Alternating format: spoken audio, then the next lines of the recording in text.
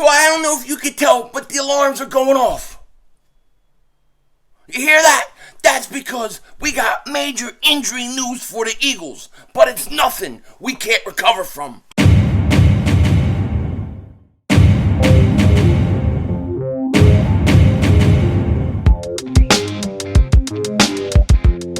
Dallas still stinks. Yo, by the way, King Dingbat here, and I hope everybody's having a great day. It is the day after Christmas. Hope you all had a wonderful holidays. And today, unfortunately, we got to talk about some bad news. Lane Johnson and Avonte Maddox are injured, and it's going to be at least the regular season, if not for the whole season for Avonte Maddox. Now, before we get into it, if you're new to the channel and you like the content, make sure you hit that like button. Make sure you subscribe for the most throttled, most censored Eagles content creator in all the internet. And if you've been subscribed for a while, thank you. Thank you for the support you guys give to me. It truly means a lot. Now, we got a lot to talk about today. A lot of things are happening. Unfortunately, it doesn't seem like a lot of it has been good news for the Eagles. I guess it really depends how you look at it. First thing, Lane Johnson. Lane Johnson, to me, is the best right tackle in football. I don't care what anybody says. He's been one of the most underrated right tackles in all football, okay? He got injured versus the Cowboys on Saturday night, and it looks like he is out for the remainder of the regular season.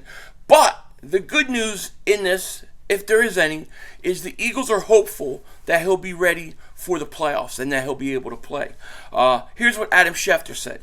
Eagles are hopeful that four-time Pro Bowl offensive tackle Lane Johnson will return for the postseason, but he is not expected to play again this regular season due to what tests reveal was a torn tendon in the abdominal area per source. Now, I don't know what that tendon in the abdomen, it can't be good. It can't be good. He better not get constipated because he got to push with his abdomen. That's going to be a problem. But the good news is that, seriously, he may be ready to go during the playoffs. From what I'm hearing, he's possibly going to have surgery after the season is over. I guess this is a pain thing, right? Is this going to be, can he play through the pain? Lane Johnson is really good. And I think when he came out and Driscoll came in the other night, I don't think Minshew felt comfortable, okay? So it's a big loss for the Eagles. But if we can get him back for the playoffs, that's what really matters. We got one more game to go, and we'll talk about that in a second. So Lane looks like he's gone for the regular season. Hopefully, we'll get him back for the playoffs. Now, the other guy to go down, and this is a damn shame because we waited, 4 weeks for him to come off the IR, only to play, and really he was making an impact on the field and then get hurt again. Now, this looks like it's a lot more serious. It looks like this could be not only the regular season, but throughout the playoffs. Ian Rappaport is reporting that Pound Eagles, not hashtag, cornerback Avonte Maddox suffered a significant toe injury per Mike Garofalo. He had an MRI this morning to confirm the news that he's out indefinitely. We do have Chauncey Gardner-Johnson eligible to come off the IR and is possibly to play in the slot. That is something that I think has to happen. But losing Avonte, you hear these stupid alarms? One of the neighbors outside, their alarm's going off, and I checked to make sure their house wasn't burning down, but they're not taking care of their alarms. Fix your damn alarm. You know what I mean? Do like this in front of the alarm. Open the window. Stop cooking crappy food. But anyways, I'm sorry about the alarm. I can't do nothing about it. But anyways, Avonte Maddox, he is going to be out, and to me, this scares me, right? Avonte Maddox, slot corner, he's absolutely fantastic. Although he did miss a couple tackles the other day, he did make an impact. As soon as Avonte Maddox went out, Josiah Scott started to get picked on. They had CeeDee Lamb. He was covering CeeDee Lamb, especially in that first half. Why the Eagles did not put Slay or Bradbury on him, I have no idea. This stupid alarm. Sorry, I had to shut the window. I just realized that that the window was a little bit open because I just heard the dog start to bark, which when that dog barks, I know the window's open because he can hear me. But anyways, Avonte Maddox, when he goes out, Josiah Scott comes in, and then all of a sudden, CeeDee Lamb starts to go off.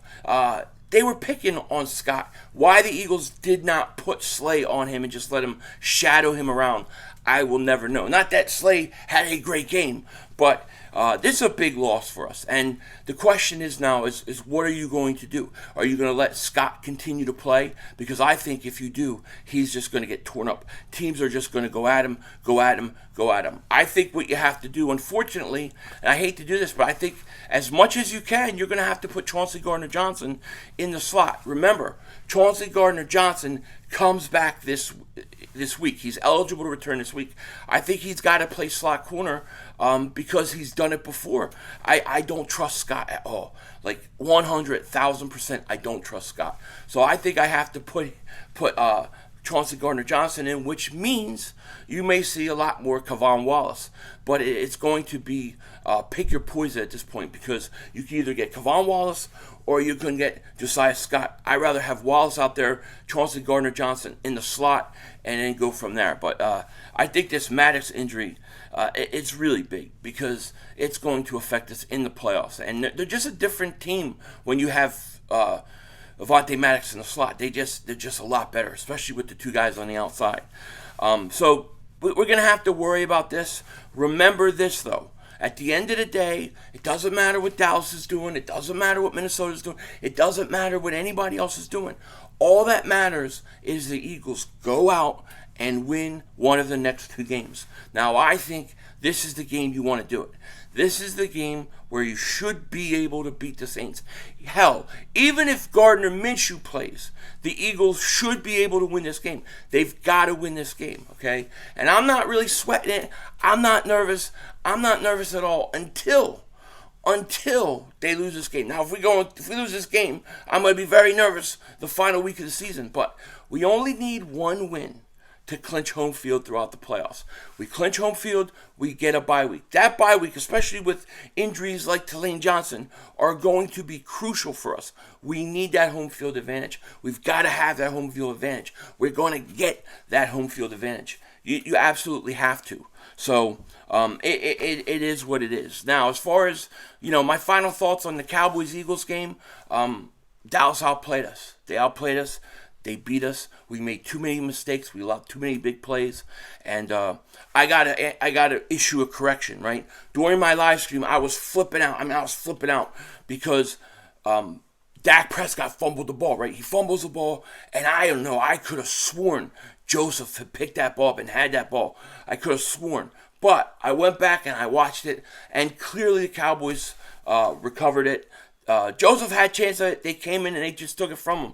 So it was fair. Dallas did recover. I want to make sure I issue a correction because I was definitely wrong in that instance. I think I just got so excited that he fumbled. I thought we were going to get the ball because I thought you get the ball there. That's a wrap for this game. The Eagles are going to take over this game. But it didn't happen. So I have to issue an apology for saying that I thought, that was the Eagles' ball. I was wrong. It was the Cowboys' ball, and that's on me. That's my bad. I was just so excited. I wasn't looking. I was looking all over the place to stream, and I missed it. I missed when the Cowboy guy just simply got up and had the ball in his hand. What the hell am I looking at? What the hell are you looking at, 500? So, yeah, that's on me. But, to me, what's worse than that, not getting that fumble there, is how do you allow a 3rd and 30. Like, I can't get over this the last 2 days. I keep thinking about 3rd and 30. How do you even allow that? That should never happen. That should never happen. I don't get it. I can't understand it. And in the back of my mind, when that took place, that was the moment I was like, I don't think we're going to win this game. That was just too much of a momentum shifter for Dallas. And even at the end of the day, we still had a chance. We still had a chance at the end of the game to win it. We just couldn't close it, and we couldn't get it done. So, it's a loss is a loss. We're 13-2 now. We're 13-2. 13-2 with 2 games left to play. If you would have told me at the beginning of the year you could be 13-2, have a loss to Washington, and have a loss to Dallas, which we split with both those teams. If you could have told me that's the situation we're going to be in with 2 games left to play and a chance to clinch home field advantage, I would have taken it in a second. Okay, so to me, it sucks that we lost to Dallas, but that's not the Super Bowl. That wasn't what everything's about. What everything is about right now is clinching home field throughout the playoffs, clinching the division. And we got to take care of the Saints this week for multiple reasons. Saints won again. Saints are inching close towards possibly winning their division. We can't have that. We gotta hit the Saints and hit them hard this week. Now, I'm sure Jalen Hurts is going to push the play this week. And if he can do it, I say play him. Play him and then let him rest for 2 more weeks after that. But we have to win this game. And I think you got to close it out this week versus Saints. You don't want to go into that final game of the season trying to hope that you're going to clinch. You have to close this thing out and close it out quick. So, in my opinion, this game, I think this is a must-win. Well, it's not a must-win, but it's about as must-win as you can get because the Giants, chances are they're going to go into the final week needing a win to get in too. I don't want to be in that situation. I want to rest my starters versus the Giants, and then I want to go ahead, have that bye week, and then get ready to play whoever wins, probably, the NFC South versus Dallas. That's what it's going to be. Looks like we're going to play Dallas a 3rd time. So, we'll see how things played out. They won the battle. The war continues. But not great news with Lane Johnson and Avonte Maddox. Hopefully, they'll be back soon. And hopefully, I'll have a video out later today. With that said, take care. Talk to you later. Of course, don't be a dingbat. Remember, it's Howie Vision. We're all just living in it.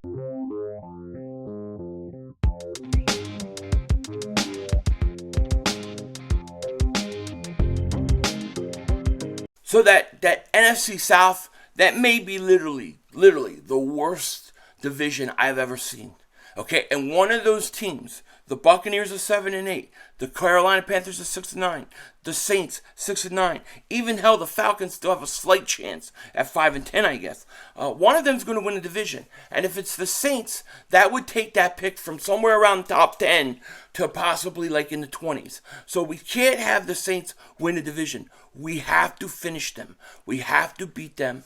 We have to take them out this week and get everything wrapped up. With that said, Denzel Washington out.